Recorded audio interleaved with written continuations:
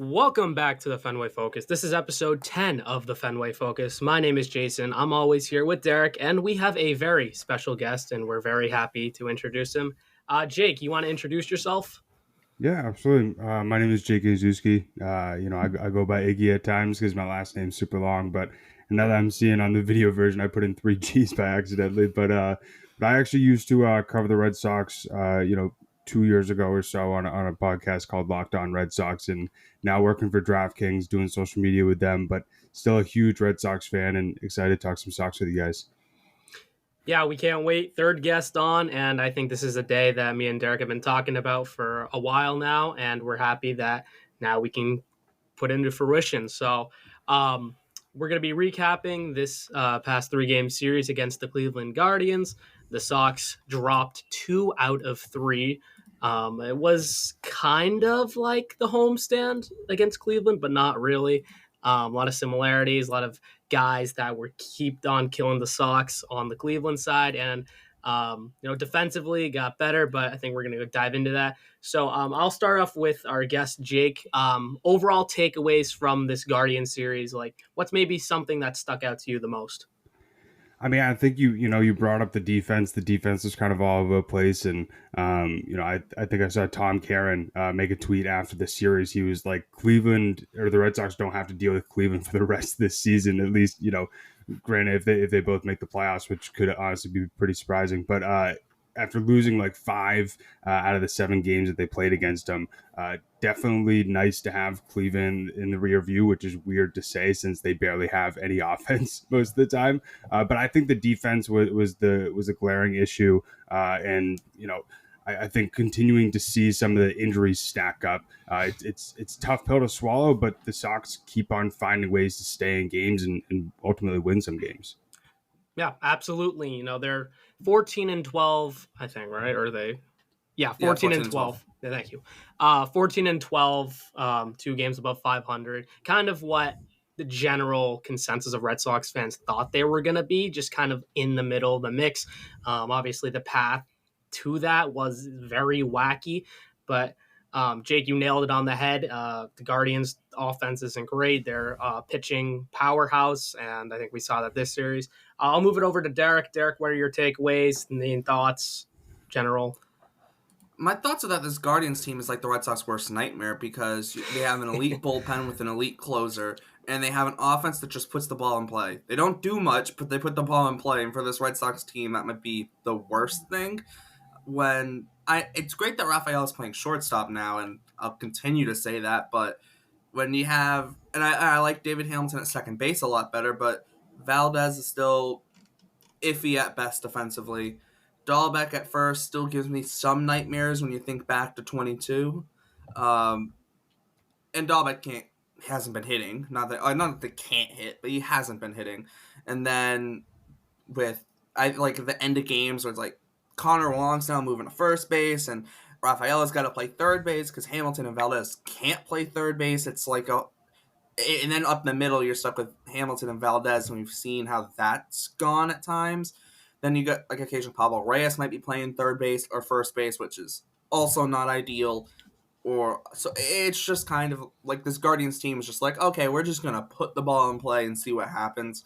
And you put the ball in play enough against this Red Sox team, especially depending on who's playing in the infield, things are eventually going to happen. I know we'll probably maybe talk about at some point that maybe Von Grissom potentially going to be getting called up in the next week, which hopefully shores up some defense because he hasn't been bad at second base in Worcester.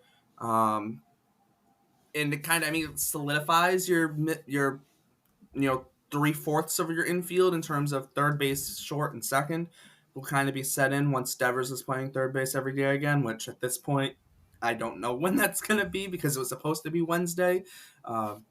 But overall, I think, like I said, this Guardians team's kind of the Red Sox worst nightmare. At the moment, I was saying before, kind of a carbon copy of what we saw at Fenway. It just felt like the Guardians just killed you. It really did at times, and even though they took 2 out of 3, I want to point out something Derek said. Reyes started at third base in all 3 games. That's something to note. Rafaela got some time at third, which is a little interesting, but I'm surprised they don't go with Dahlbeck because I think Dahlbeck has the better arm out of all of them. But we see Wong, we see a lot of these wacky infield combinations. We saw Wong at first base, like I said, Rafael at second base. So Grissom's going to provide a lot of depth when he comes back. I want to get to the kind of injury report. During the series, Bayo went on the 15-day injured list with right lat tightness. In the beginning, Heineman went to the 10-day with a right hamstring strain. Von Grissom update. He's set to make a return sometime after the weekend series. Pavetta's about to make a rehab start, and Whitlock is beginning to throw again. So that's your injury updates. Masataka Yoshida is out with a stuck on the bench injury. Yeah, it's unfortunate. He's log jammed, and apparently Cora doesn't want to put him in the field. I think they taped him to the pole like they did to Pedro. Oh my god. Of course you say something like that. I don't know. Final thoughts, any of you, with this Guardian series? I think that was a quick recap, but I'll start with you, Jake. Just anything you want to add for this recap of the Guardian series before we move on to previewing the next series? Yeah, I mean, I think what we saw in the final game, with Chase Anderson, tough to see with how effective he's been out of the bullpen. I think that's what happens when you kind of force guys into spots that they haven't pitched in a while, and he's been really effective out of the bullpen over the last few years and was a starter. That's where he initially started his career. But I think when you get into these places with these injuries and these uncomfortable spots, you just got to throw guys into situations, even like Cooper Criswell, but he stepped up to the plate and he pitched a relatively very good game. You mentioned the Yoshida stuff, and that's just kind of what happens when you have a defensive liability, not only with Devers at times, but also Yoshida. And it's a big reason why last year they decided to sign Justin Turner over JD Martinez, just so you don't have these types of log jams. And what I think about is, if you didn't have this versatility, like if Rafaela wasn't able to play shortstop, if Pablo wasn't able to play third base and first base, if Wong, a catcher of all guys, like being able to play first and second base, I think, if you didn't have that versatility, you'd be in a really uncomfortable spot. Absolutely. I mean, yeah, you nailed it on the head. I mean, JD Martinez was not on the team last year for a reason, because I think I joke about it a little too much. Like, oh, we signed another guy with positional versatility. Oh, they're putting Nick York in left field, positional versatility. But at the end of the day, I mean, Jake, you do make a good point. It is saving this team right now. You didn't have the guys you have, Rafaela. You're not in the spot you're in. Granted, they're only 2 games above 500, but that record definitely goes down if you didn't have that. I'll move it to Derek. Final thoughts? You want to add on to anything? Nick York's last game he played in left field, he hit a homer. So I don't know if it's that bad of a thing. Okay. I'm not dissing him. I'm not dissing him. I'm just saying. Okay. I'm just saying. Wait. So, I mean, hey, it's like the other thing too is like, oh, they've put David Hamilton in the outfield in the minor leagues before. They put him in center field. He hasn't played center field, but I mean, he's there if you need it, I guess. That's I think also why I think Valdez is going to get sent down when Grissom gets called up. That's a different conversation. Bobby Dahlbeck in right field. the only thing though that's been like weird to me, and I think me and you have talked about this, Jason, is what's going on with Rob Refsnyder and the whole first base situation, because Cora said he's not an option, but on his rehab assignment he played first base. To me, if you're going to play a guy at a position they haven't played in a few years on their rehab assignment or during spring training or whenever it might be, it would at least make me think, oh, they might play this guy at that position when the season comes or when they come back from injury or whatever it is. And Alex Cora is now just like, no, he's not playing first base. When, to me, if you could play Rob Refsnyder at first base, it totally clears out your issues because you have your catching situation. Then you could just roll Devers, Rafaela, Grissom when he's back, and Refsnyder at first. Then you can go O'Neill, Duran, Abreu in the outfield, and Yoshida DHs, and that solves all your problems. That's a perfect world. It's not a perfect world, but even then, I would think get Refsnyder sometime at first, even if it's a game here, game there. It doesn't have to be anything crazy. That's the only thing that's kind of been like, okay, what's going on with that? Obviously, maybe Cora just doesn't like him there. I have no clue, but if you could, I feel like if you could put Pablo Reyes at first base, you could put Ref Snyder there. That's just kind of how I see it. The other thing I want to talk about is the one game the Red Sox win is the Cooper Criswell start. Jason, I know you love that, so because Jason's hot take at the start of the 2 season was Criswell's going to make 10 starts this year. We're already 2 down before August 1st. God, we're already 2, and he was a bulk guy at one point, so I think the odds are looking pretty good right now. Just especially if the injuries continue to stack up. They are looking good. And even like with Pivetta coming back, that's not taking Criswell's spot in the rotation either. But I mean, Wilyer Abreu continues to be Wilyer Abreu. I mean, the game that they won, Abreu went 4 for 5 with 2 doubles, and Wong went 4 for 4 with 2 homers. They're kind of I know that was the game Devers came back and he went 3 for 4 with a double and a homer as well. But I feel like Abreu and Wong have been like the 2 guys really carrying this team on their back, which is kind of insane to say because I think coming into the year, if you said at any stretch of the year, Connor Wong and Wilyer Abreu would be carrying the offense on their back, I think people would look at you like you were crazy. But it's happening. And then even like the third game, I know the Red Sox didn't win, but it's like, yes, Devers went 3 for 5, and then Ref Snyder 2 for 5, McGuire 2 for 3 with a walk as well. It's like they're getting production from all these guys. It's like that you maybe wouldn't expect some of this production from. It's almost like, dang, it's like if only we were healthy. And it's a big like, what if. Imagine what we could be doing. It's like, imagine. It's like Rafaela went 2 for 4 in the second game of the series. It's like, and I think Rafael is now just so valuable to the team where they have to play him every day because he has to play shortstop. Right. His value is almost like his value is so much higher than even what it was because Trevor Story's out. You paid him for his defense for this exact one of this reasons, right? Well, yeah, Story, yeah. No, I'm talking about Rafael. Oh, well, they're not paying. Oh, yeah, they are paying it, but you know what I meant. But they're not paying him like Story.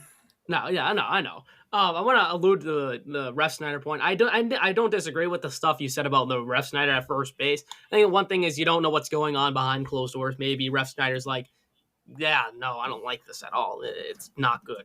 Or you don't know what Cora's saying. Like, nope. The one thing I will say is I'd rather see Reyes at first base than Dahlbeck because I want Dahlbeck having that strong arm at third.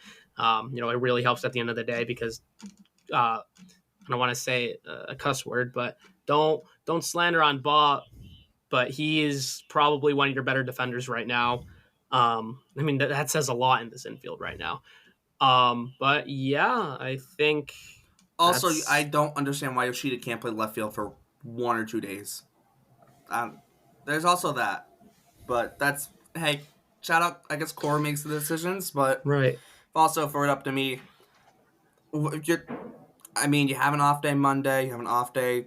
You just had an off day on a Monday. You can't stick him. He hasn't played in how many days? You can't stick him out there one day. I mean, I get the whole defense thing, but like, if the ball's hit to him, he'll make the play. It's just he has no range, but like you can work around that. Like you played Manny Ramirez in left field for how long in Boston?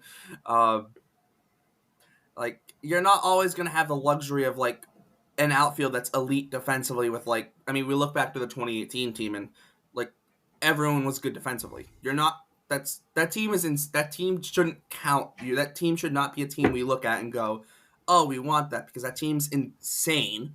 But then also too, it's like since those guys started leaving, since they got rid of Benintendi, since Bradley left, since the Mookie trade, it's like they haven't had anything close to that defensively because that's not going to happen. It's just not. Let's be honest. It's not happening.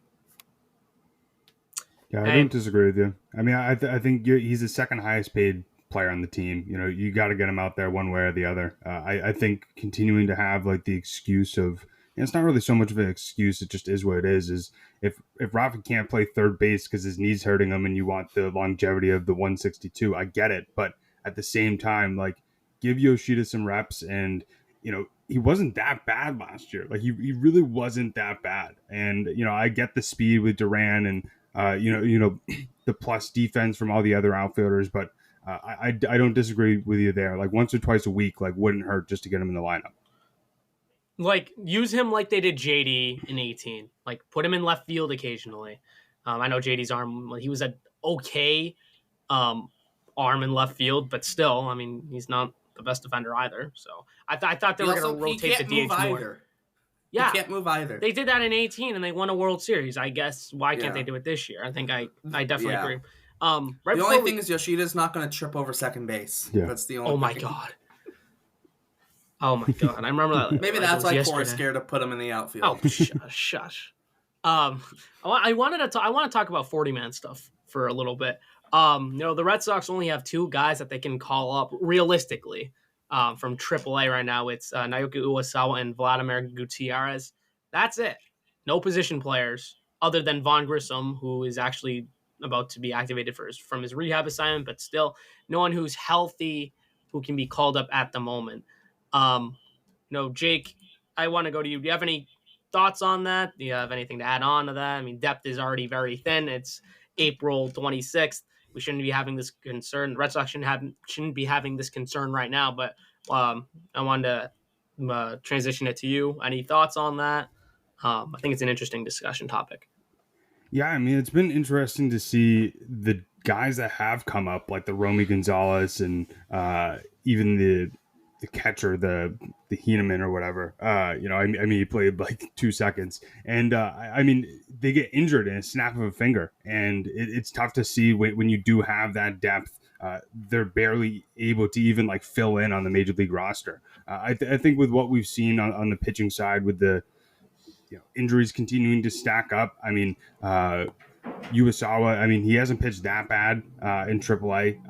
I know when the Sox picked him up, it was kind of like, it was a project type situation where they wanted to fix some things. They wanted to, really get the most out of him and have him work on some stuff. So, to me, if you really need to call him up, he needs to make a start. I think do it, but at the same time, like, don't push him to the edge to where, you're going to make him, hurt his development, like we've seen with some of these other players, especially, back in 2021, 2022, when they kind of had to like push a guy like Brian Bayo or Josh Winkowski into the rotation. And, it didn't hurt him in the long term, but it hurt him in the short term. So I think positionally wise, like that's something that they're definitely going to have to think about, especially if they do go towards like a CJ Cron or like a Garrett Cooper to fill in that first base situation. Derek? Yeah, well, the thing with the 40-man too is like they do have one clear 40-man move they can make, and that's putting Brian Mata on the 60-day injured list. I don't understand why they don't just do it anyways. Maybe that's just me. It's like, I understand you want to always operate with 40 on your 40-man, but like, if you have an open spot, at least gives you the option. I know technically they could be like, oh, well, if we don't need the spot, what's the point of putting him there? But I don't know. He's not going to be back before the 60-day injured list time would be up anyways, because I would assume with Mata, once he's healthy, they're going to send him on the full 30-day rehab assignment because he doesn't have any options left, which means they're going to give him 30 days and then they're going to decide whether or not he's ready for the big leagues. And I would assume they're going to call him up just because of the upside he has, if he can stay healthy and because of the stuff he has. So but that's like a situation when we get there. I think in terms of 40-man, that's their only real easy move. Obviously, they could like DFA Gutierrez, who they literally just traded for. Now you can. I don't think you can now. I don't think they can, but like they could. Like, I'm just saying they could. It's not ideal because like who else are you going to DFA unless you DFA Heineman or Romy Gonzalez? No, you'd have to put you could put Casas on the 60-day. Yeah, that's what I was thinking. If he's out for a while, like he's out for more than 2 months, and it's a fracture. Yeah, that is true. That's the other one that you could do. The only thing with that is iffy. I would assume it'll probably be after 60, but if another position player goes down, then they like in like this series, God forbid, then like they have nobody right now. Then they have to go internal. Add someone. I mean, we're approaching the May 1st deadline, so players are going to opt out soon. Guess who's injured in AAA? Dalton Guthrie's injured. Whenever when he got scratched from the lineup and people thought he might be getting called up, no, it's because he's injured. Oh my goodness! But it's a day-to-day injury, but still, like. They literally had to call up Carson Seamus from High A, was on the bench in High A, who was hitting 106 games, to AAA to start last night because they had no one to play in AAA. Basically, they needed someone to play. Hyman's hurt. He did get a couple Perez hits, is so hurt. good for him. But Hyman's on the big league injured list. Perez has been inactive all year, so that's a little bit different. They still have 2 catchers in AAA. 3 if you count Nathan Hickey, actually. So although Hickey really isn't catching, so that's a different situation. I think, though, when you look at position players, at least to me, if you're not counting Vaughn Grissom, I said it before when we had a conversation about whether or not Kavadas maybe gets the chance, which I've always said I felt like Nick Sogard's the guy to go to, but switch hitter can play all over the place, but I don't know if they're going to do that. Could see Mydroth. Guy, positional versatility. Second Not base, as much as shortstop, and Sogard, third. though. But Sogard has the benefit of playing the outfield. You're right. Because Sogard can play second, third, and short, and he can play corner outfield. And Mydroth, to me, at short's a little iffy. It's not bad, I don't think, but I think you'd prefer him at second or third. Right. And then you're obviously, by the way, your other guys on the 40-man are Wilkerman Gonzalez and Luis Perales, but they're not even going to get called up. No, not a shot. They're not getting touched, basically. They're not. They're not getting moved off. They're not getting moved off the 40-man. They're not getting moved up to the big leagues. They're just going to stay where they are and let them continue to develop. It's similar to the Mata situation with them. Because when Mata first got added to the 40-man, they had to do it because they needed to protect him from the Rule 5, and it kind of had this thing where you always had that one 40-man spot taken up by a guy who's in, Double A or High A or whatnot. And now they have 2 of them with Wilkerman Gonzalez and Luis Perales, where they're in Double A and High A respectively. And now it's like, okay, you have 2 40-man spots taken up by that, so you really only have 38 spots. And now you have how many injuries? And that doesn't. And the thing that's crazy is you have how many guys on the 60-day injured list already? You already have Giolito, Hendricks, Murphy, and Story. So they already have 4 guys. And when they signed Michael Fulmer, they gave him a minor league deal so he wouldn't be on the big league. He wouldn't have to take a 40-man spot before they could add him to the 60 days. So they've literally, the amount of injuries they have is kind of insane, basically.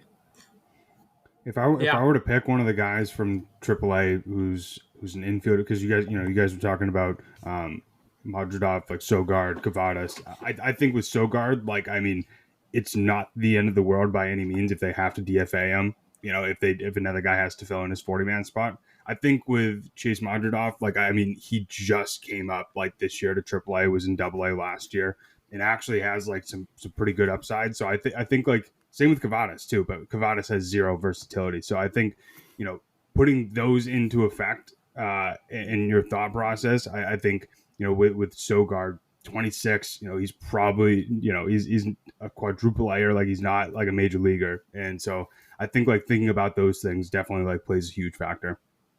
Eddie Alvarez too is another guy can play infield, can play outfield as well. That's another one of those guys who, hey, good for Olympic speed skater, Olympic medalist in baseball, Olympic medalist in both speed skating and baseball. So shout out to him. That's kind of a crazy one. But it's those kind of guys who are going to be, who are probably going to be next up. Dalton Guthrie, if they need an outfielder, but they have 50 outfielders, so I don't know if they're necessarily going to need an outfielder. But if Yoshida never plays the outfield again, then they could at some point. So there's always that. Right. And you could also, one more move you can do is if Walter's going to be out for a long period of time, you can put him on the MLB 60-day. Right now he's on the Worcester 60-day. No, not the Worcester 60 days. Just on the minor league. Sorry, that's what I meant. He's on the minor league injured list, yes. Yeah, so that's another move they could do. If they feel like he's going to be out for an extended period of time, which is looking more and more likely. I think we're about a month now, and he's been on the injured list. So and he's going to rehab anyways. So, no harm, no foul if it's not going to impact his rehab at all. So I completely forgot about Wyatt Mills, too. He's on the minor league 60-day. Yes. Oh, my goodness. That's a guy who they took off the 40-man as well. Yeah. This offseason. That's another guy who's just chilling there. There's so many injuries. It's funny too because it's this Red Sox team is somehow 14-12 with the amount of injuries. You start looking, if they were healthy, if they had Story playing shortstop every day, and heck, maybe they eventually moved Rafaela into second base because of defensive reasons, in the infield. Like, and you take away some of the errors, maybe it's like, oh, maybe this team has like 17 or 18 wins because every game they commit an error, they probably lose. They've lost, I think, just about all of them, with the exception of maybe 2 games. Whereas when they don't commit an error, they win the majority of the time. So there's it's a little bit of a what if, because it's like when I play MLB The Show. It's like, turn injuries off because they're annoying. That's the what if. Like, can we turn injuries off, or put them on manual and like have the whole entire Yankees team be injured so they go like so they're terrible? But like, that's besides the point. Yeah, I mean, good talk here. I think let's move on to preview the Cubs series. So, 3-game weekend set, Fenway versus the Chicago Cubs. Derek, any idea or Jake, any idea of the last time the Cubs came to Fenway? I'm trying to think. Might be like 20. It might be before COVID. Might be. Anyways, is it? I know they might have came over in like 22. Whatever. That's something to figure out later. So the Sox, game 1, very good pitchers matchup. It's Cutter Crawford versus Shota Imanaga. Game 2, for the Cubs, it's TBD versus Josh Winkowski. And for game 3, which is on Sunday Night Baseball, Tanner Houck versus Wicks. Jordan Wicks. Yeah. So I'll start with Jake. Me and Derek usually give a key to the series, what to look for. If you had to give one key or one sort of main point of the series, what would it be and why? I think in terms of, we'll start on the pitching side. Cutter Crawford continuing to do what he's been doing, give the bullpen as much rest as possible for that second game, with Josh Winkowski being the opener. I think the more that you can give the bullpen juice for the remainder of this series in that first game will really set them up for success. And then I think too, just, continuing to try and have a consistent offense and consistent defense. I know that's kind of a hard ask at times for this Red Sox team, but if they're able to jump on Imanaga early and as well as just get that offense continuing to roll, even with some of the semi-embarrassing at times like lineups that they've been putting out, but luckily there's some regular players back in the lineup. I think the better that they're going to be able to perform. And I think this Cubs team is another one that's, been a little bit hindered with injuries. Cody Bellinger just went on the injured list. So, just trying to take advantage of some of those limitations that they've had. Derek? Well, I do have, the last time the Cubs were at Fenway was 2018. Wow. They played the Cubs in 2019, I think it was. No, not sorry, 2019. They didn't play the Cubs in 2019. They played the Cubs in 2022 at Wrigley and in 2023 at Wrigley. Now, they put in the schedule with the balanced schedule for 23, I think it was. So they didn't, in 22, it was like, that was kind of how they rotated between the divisions for interleague play, which was weird. I still never got that. That was always weird to me. But they played the Cubs in 2022 at Wrigley.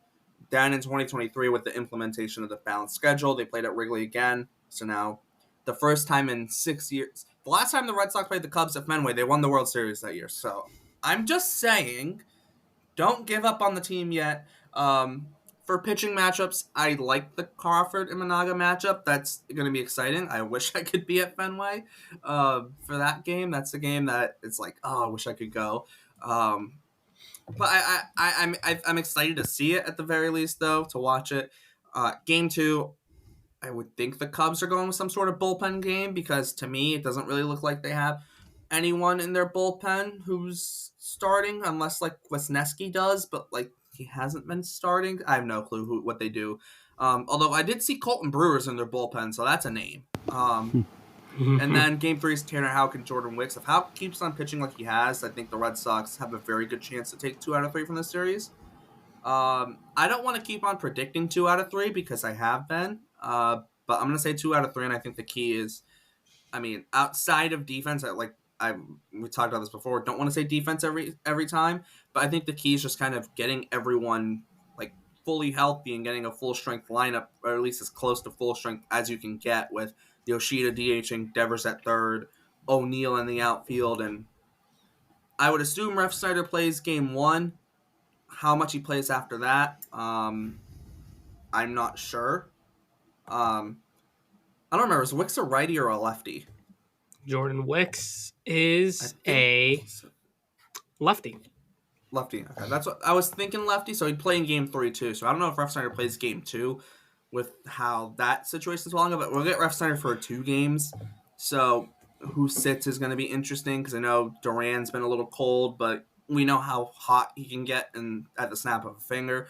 But I would just say, like I said, just kind of. I think the key is getting everyone as healthy as possible and getting your lineup as close to 100% as possible, because if Abreu and Wong are going to continue hitting McGuire, and Devers is coming back, he's 2 games, 3 for 4 and 3 for 5, and then O'Neill maybe gets hot, maybe Ref Snyder's been crushing the baseball, so I think just get the lineup healthy, and I think that's kind of the key right now, because if this offense can score runs and the pitching continues to do what it has done for basically all season, they're going to be in a good spot to be able to win the series.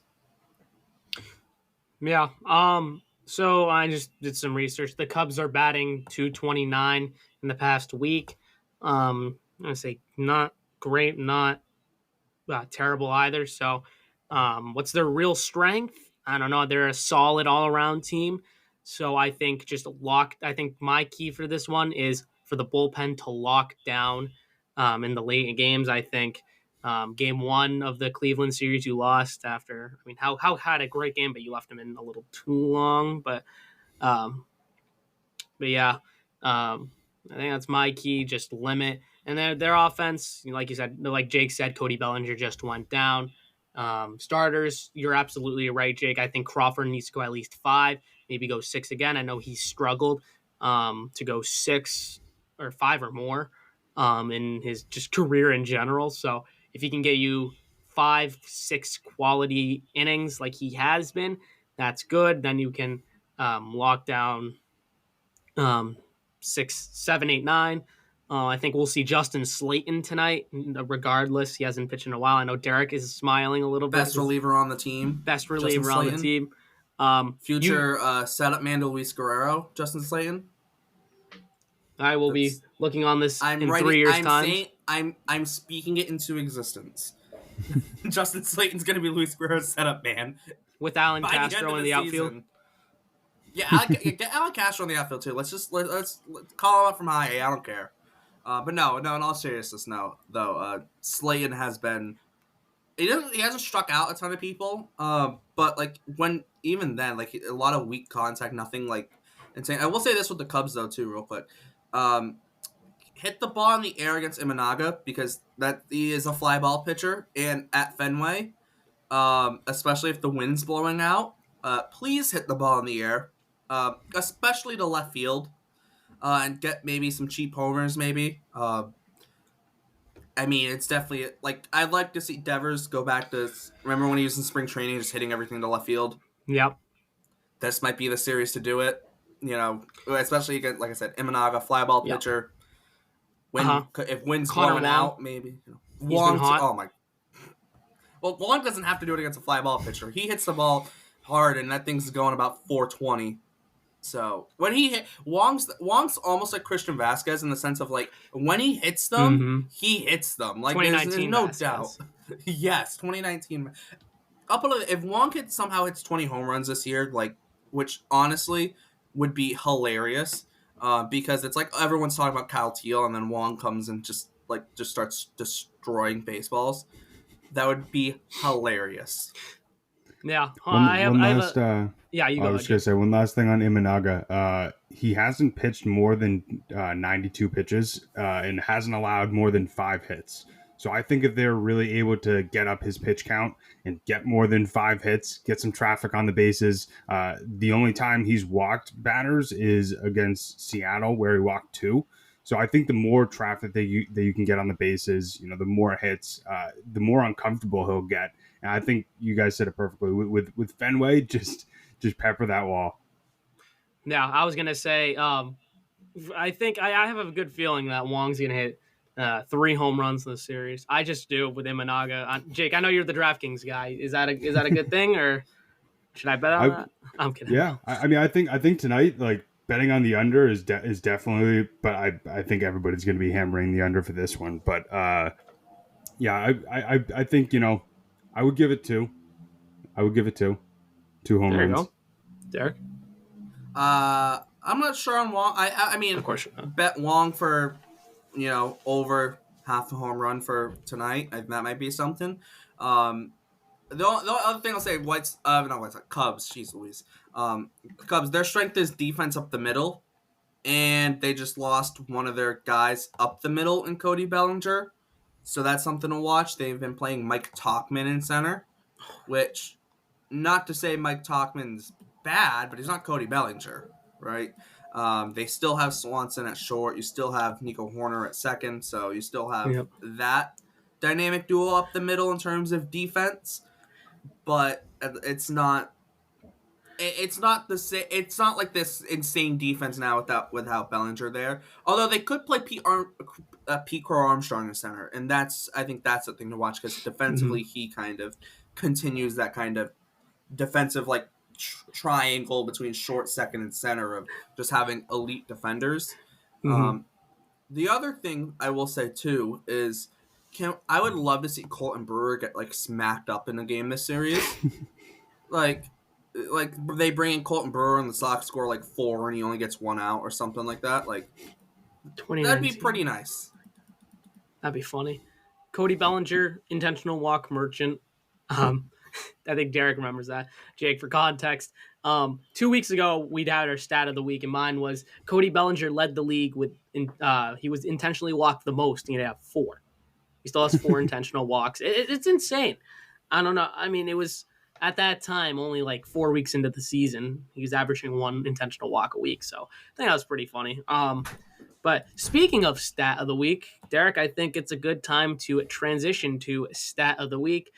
Jake, I think this is pretty self-explanatory, so I'm not sure if you have one, but me and Derek have a couple of stats that we take from all around baseball. It doesn't have to be MLB. It can be college baseball, NPB, KBL, any baseball league, I guess. Anything that's interesting, basically. Anything that's interesting. Basically. So, do you want me to start? Yeah, go ahead. You got it. Alrighty, my stat of the week comes in the KBO. So, former Red Sox legend Connor Siebold, with the Samsung Lions, he has a record of 1-2 in 30 and 1/3 innings pitched, 22 runs, 21 earned, 35 hits allowed, 7 home runs, struck out 27, and has an ERA of 6.23. Wow. In 6 games. That's bad. Not great. A whip of 1.5. Thank God On the the other weather hand, worked out. Kyle Hart, former Red Sox legend, is with the NC Dinos. Derek, I think you know. Dinos. 2-1. I call them the Dinos. 3.72 ERA in 5 games, 29 innings pitched, 12 earned runs, 30 hits, and 30 strikeouts. So better, and a strikeout to walk ratio of 3.33. Siebold's was 2.45. I don't know. KBO, I thought that was interesting. Siebold, Red Sox still won the trade anyways, though, so they got Pavetta. Right. I was going to say, the Sox still won that trade regardless, because Pavetta and the Phillies Henry and Workman didn't do anything with the They were terrible Phillies. in Philly. Yeah. That's my stat of the week. Dombrowski. Okay, that's another conversation for another time. He tried to steal all the Red Sox. I remember, in the Rule 5 draft, he took Song in the Major League Rule 5. Then in the Minor League Rule 5, he took Cam Cannon as well. And it's you're just trying to take everyone from the Red Sox? Well, your take was they were going to take Song again this year in the Rule 5. It wouldn't have shocked me. I wouldn't shock me if they did it again next year or the year after. coming off of Tom Yeah. John. The Red Sox could file a grievance.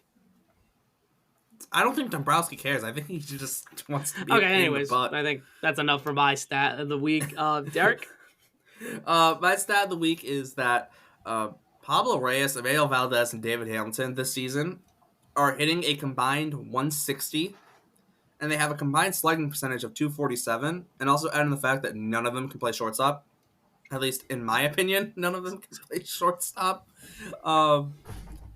And yeah, that's that's kind of your stat. But I also did want to give a shout out to Anderson Espinosa, who is somehow only 26. He was the guy the Red Sox traded for. Pomerantz. Oh my God, Pomerantz. Yes, I was drawing a blank on Pomerantz's name. That's how forgetful he was with the Red Sox. But Espinosa this season in the NPB with the Oryx Buffaloes has, I guess, replaced Yamamoto as their ace, I guess.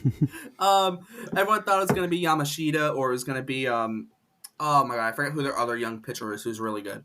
But Espinosa's pitched 27 innings, given up 14 hits and just 1 run with 23 strikeouts and just 6 walks in the NPB. And he's younger than Tanner Houck, Cutter Crawford, Cooper Criswell, and Garrett Whitlock. And he's only a few months older than Josh Winkowski, and is just over a year older than Brian Bayo at 26 for Anderson Espinosa, which is crazy considering that he hasn't been in the Red Sox organization since 2016.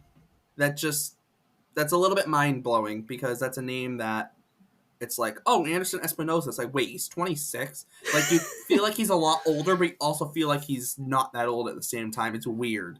So I'm a little looking bit right of a shout out now. to He first started in the affiliates at 17, and when he got traded, he was 18. Like, that's crazy. Typical Padres trade. Jake, anything for that time of the Padres, at least. Yeah. Jake, anything to add on? You have a stat, or do you want to add on some of the thoughts on our stat of the week? Floor is yours. I got a positive stat and I got a negative stat. So from Sox Notes on Twitter, the Red Sox 173 starting pitcher ERA is the lowest of any team through 25 games since the 1968 Mets, which I think everybody is very pleasantly surprised of how well the starting pitching has done. You know, all hail Andrew Bailey, and I think it's incredible to see the development of, you know, obviously Crawford, Houck, Whitlock when he was healthy. So cool to see the Red Sox continuing to, you know, have records or have some of those crazy stats in terms of the ERA throughout the first month. And then the negative stat, which I just looking at the MLB stat sheet, I really did not know this. They have the most strikeouts in the MLB with 261. And second is the Athletics with 256. I knew that they struck out a lot, but I didn't think it was league leading strikeout stuff. Wow. That's actually certainly... You're talking pitching strikeouts, not like hitter, right? No, I'm talking hitter strikeouts. You're talking hitter. Oh, okay. Yeah, that makes sense. Yeah. I mean, I think when I saw it, like, I was a little bit surprised, but then, you know, I thought about the lineup with the youth, with, you know, tons of rookies, you know, swinging at kind of everything. Wasn't super surprising, but at the same time, without knowing, I was like, wow, I didn't know that. Right. I mean, if you look at the lineup too, Bobby Dahlbeck. Bobby Dahlbeck striking out half his plate appearances, unfortunately. I really hope the Red Sox send him somewhere because I feel like he's not this bad. Like, he can't be this bad, right? Like, the stretches he had in 20 and 21, like, he can't be this bad, right? Like, I almost want him to get a clean start somewhere because it's like we saw what he can do at times. So it's like, I don't, like, just send him somewhere where he's got a clean slate, no media pressure, like, send them to, like, Oakland or Colorado or something like Kansas that. City? Like, no, they don't really need a first baseman. No, because they have Pasquantino at first. And who said you have to put him at first? I think Michael Garcia is playing third, though, for them. So shortstop. He hasn't been bad. Right field. You said Dahlbeck, right? Yeah. Yeah, I think the Sox are lucky to have him on the team right now. But, I mean, I think, you know, for the last 2 years, he should have been on another major league team. I mean, I think just sticking him down in AAA all throughout last year, I was shocked that they didn't trade him at the deadline and try to, you know, capitalize off of his, you know, interleague, leading, home run stuff. And, it does stink to see sort of, the development that we saw him have last year in terms of his plate discipline and pitching awareness that hasn't translated this year. Maybe he needs to go back to the glasses because, I know last year there was tons of different stories that the glasses were helping. But yeah, I agree. I think he should go to Oakland or Kansas City, even if he's, a very similar player that he is right now, for the Red Sox. I think everybody would like to see him have a little bit more success in some everyday playing. Yeah, I think 2 years ago, Tampa Bay was interested in him. I think I remember. I mean, at the deadline too, this past you year. Can't trade him to Tampa though. Come right. on. I was gonna say you can't really trade him to Tampa Bay. That's an unwritten rule. That's the one place you couldn't have traded him. Anywhere else, okay. Tampa, Yankees. No. Trade him. Even there, don't trade him to Tampa because Tampa's gonna turn him into like a 40 home run guy. Yeah, they'll figure him out. He's a hitter. He was no. They'll convert him to a pitcher, and he's gonna be insane. To be fair, he was a reliever in college as well. Point. Yeah, that's exactly through 94. Yeah. Although I will add, I'll go back to my Anderson Espinosa point too. So yeah, when Yamamoto left Oryx last year, Shunpei Yamashita was expected to be the ace. 21-year-old righty, throws mid to high 90s, great spin rate on his curveball as well.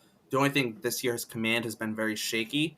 But then they also have Hiroya Miyagi, who is a 22-year-old lefty, and his fastball, all his pitches are up like 3 miles per hour this year. He was kind of a crafty lefty, but he's throwing like mid-90s this year. So basically, and when you look at like the top pitchers in Japan, they're all like 22, 25, 21, 26, 23, 24, 21, 25. Like they're all like young. And I'll put it in this too, because this kind of goes to that Japan point, like with the players coming over too. And I know Espinosa's 26. He's been really good in Japan this year. The amount of pitchers that could come over from Japan, I think it could be legit. Like when people talk about Uesawa and him being in the Reds, Uesawa was never like a top even 20 pitcher, not even close to a top 20 pitcher in Japan. He was a good pitcher in Japan, but not great, right? I almost would love to see just like 1 year just be like, yeah, can we just like all play in one league, one big league with each other, have like a draft, like 30-team draft where like a fantasy draft almost just because like I said, the amount of talent in Japan is actually kind of insane. Like you have guys like Kondo, who's with the Hawks in Japan, and he's last year had like an 8 F4 in Japan, but he's on like a 7-year deal, and so he's like locked up for the rest of his career basically in Japan. And it's like imagine if he was playing in the US. There's some guys like that who just stay in Japan the whole time, and it's like she's Louise. Like if they could come out, like that's why Japan won the World Baseball Classic.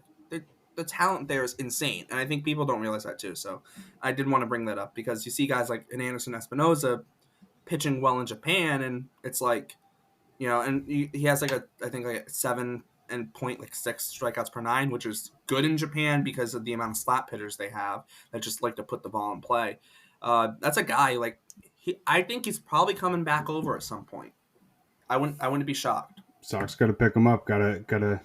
They would essentially win that trade. Essentially, that ended up happening. But yeah, I think if they did do like a fantasy thing like that, you would need to make it only Japanese pitchers and then like American hitters, because almost every single Japanese hitter that comes over, other than Ohtani and Yoshida, he's one of the top guys in terms of Japanese hitters. They can't figure it out over here. Seiya Suzuki's done well, but he's injured. Yeah, you're right. Now. You're right.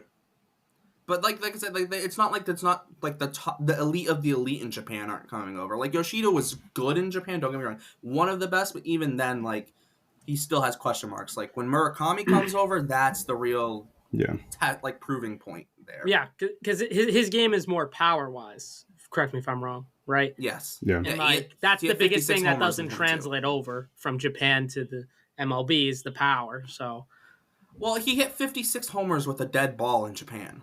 Like, still, you never know. That's insane with a dead baseball. That was when like Yamamoto that year I think had like a 1.60 ERA in 22, and Murakami's like, oh, I'm going to hit 56 homers with a dead ball. Like, that's insane. Last year when he hit like 30, people were like, "Oh my god, he can't hit anymore." It's like, no, the ball's even more dead. Like, Yamamoto had a 1.26 ERA, the second lowest in Pacific League history. It's kind of insane. But we should probably move on from stat of the week to news and notes quickly. Yes, get to our news and quick news. And Yep, I'll make this brief. I think we're running out of time. So the Houston Astros have their worst start since 1969. They're currently 7-19, and they're the second worst team in the American League record-wise. For a team that I predicted to win a lot of games this year, I think they're struggling. There's no doubt about it. But this is starting to be on a new level of concern because, sure, they get swept by the Yankees. Okay, it's early. You can sort of rebound. The Nationals struggled early, too, in their World Series championship run. But this is the Houston Astros. They're not really known to have this slow of a start. Obviously, as you see, the worst record since. But I think with the bullpen they have and the hitting core they have, the starters they have, this pleasant surprises all around too. They just need to put it together. Can they? That's a big what if. But I think they'll be fine at the end of the day, and there's still a whole season. We're not even out of April yet. So although the panic buttons are kind of starting to be pressed, I obviously don't think it's too late for them to make some sort of comeback, but the fact that they only have that many wins is concerning. Yeah, I think they're in, honestly, a worse position than the Red Sox are injury-wise in their rotation. Valdez, Christian Javier, Jose Urquidy, Lance McCullers, Luis Garcia. Like, that's their whole rotation last year outside of Verlander. And, Forrest Wiley coming up, Hunter Brown forcing him into a number 2 spot. Ronel Blanco. If Ronel Blanco wasn't the surprise that he has been, the Astros maybe wouldn't have won more than 5 games so far this season. So I think they definitely can bounce back, especially once those 3 of Valdez, Javier, and Urquidy come back. And McCullers is supposed to come back around like the trade deadline or MLB All-Star break. So I think once those guys come back, especially once Verlander gets back to what he's been since he just came back last week, I think they'll be back in sort of the AL West lead hunt. Yeah. All right, Derek. Yeah. So my it's more of a note of the week, not necessarily news, but the Astros and Rockies are playing in Mexico City, which means ERAs are skyrocketing this weekend. For reference, for the Astros, they have pitching. They have Ronald Blanco who has a 1.33 ERA, and Framber Valdez has a 2.19 ERA. Although Framber has been on the injured list recently, he's coming off the injured list to make this start. But I say the ERAs are about to skyrocket because last season in the Mexico City series, there were 15 home runs in the 2 games they played there, between the Padres and Giants. Wow. And the park factor for the park, which is the Estadio Alfredo Harp Helú, was 150, and the home run park factor was 318, which means balls are flying, to say the least. I don't know if it's going to be as much as last year. I guess the Rockies are used to playing at altitude, but at least with Coors Field, Coors Field is deceiving for hitters, or at least I find it always messes fans up because it's like, oh, altitude, it's going to hit home runs, but the gaps are so deep in Coors where it's it plays itself more so to doubles and triples, whereas home runs, it's just slightly above average, but it's a big doubles triples spark because of how much the gaps play. The ball carries, but when it's super dead center is 415 there as well. It's not or something stupid like that. It's not shallow. So in terms of that, it's not 415, but it's something insane like that. And I'm just kind of guessing, but it makes me think of London. They were definitely juicing the balls 2 years ago. They were definitely juicing them. Well, the thing is, even back when the Red Sox played the Yankees in London, it wasn't that bad. It wasn't I know it was high scoring, but in terms of park factor, it wasn't as high. No, I'm pretty sure they were playing in a dome. But it was like 15-10 or something like that for like both games. Yeah, it was insane. It was 6-6 after the first inning in the first game. Yeah, well, the home run park factor for the London Stadium that year was just 125 with a 135 park factor. The thing was with that park was it was just the fences were too close. That was the thing. Whereas in Mexico City, not only are the fences too close, there's also the altitude as well, I think. The other thing, too, is they're playing in the London Stadium, which is um, it's not closed, but it has like a roof thing, but it's not like enclosed fully. It's like there is part of it that's open. It's like this weird thing where it's like almost like a canopy, almost where it's like partially covered but not fully covered. I'm pretty sure, but like that. I mean, it wasn't like center field like 370 or something stupid like that when they first played there. I know they changed the dimensions when they went there last year because that was like a big thing, and they like totally changed the dimensions and whatnot. But because I remember because that was when Michael Chavis was playing insane when they went to London, and that was like the oh my god, Michael Chavis is hitting more home runs than like anyone can imagine. And then like after that, like a couple of weeks later, he started just kind of going down, and it was really sad because I bought a Michael Chavis jersey, and that didn't last long. I still have a shirt. Yeah, I debated one, but I didn't. Thankfully, it was fun while it lasted. Yes, I agree. I would not be opposed to bringing Michael Chavis back to the Red Sox. I don't know if he would like that, but I would for the vibes. Just for the traded vibes. him for Fudge Davis. Dahlbeck and Chavis down there. Oh my god! AAA would be so insane. Alrighty, Jake. Floor's yours. Anything you want to add? The only other thing that I'll say is, I mean, I think we've kind of echoed it throughout this episode. With the expectation going into the season, with the injuries, with the teams that they've played, I think that it's tough to at times feel optimistic about this team, but at the same time, when you look at the numbers, when you look at the record, I think it's a very pleasant surprise with how well that they have performed. I think it all goes to, the culture that Cora has built. I think despite all the injuries and despite some of the rough play at times, the vibes are high. And I think, going throughout this season, it continues to be see what you have, see where you can continue to build on for 2024. Give guys chances, try and stretch guys' comfortability. Even with Winkowski being an opener, Chase Anderson seeing what he's got. Even David Hamilton at shortstop, Rafael at shortstop. Just see what you got, and then we'll see what happens. Throughout the rest of the season, throughout this summer.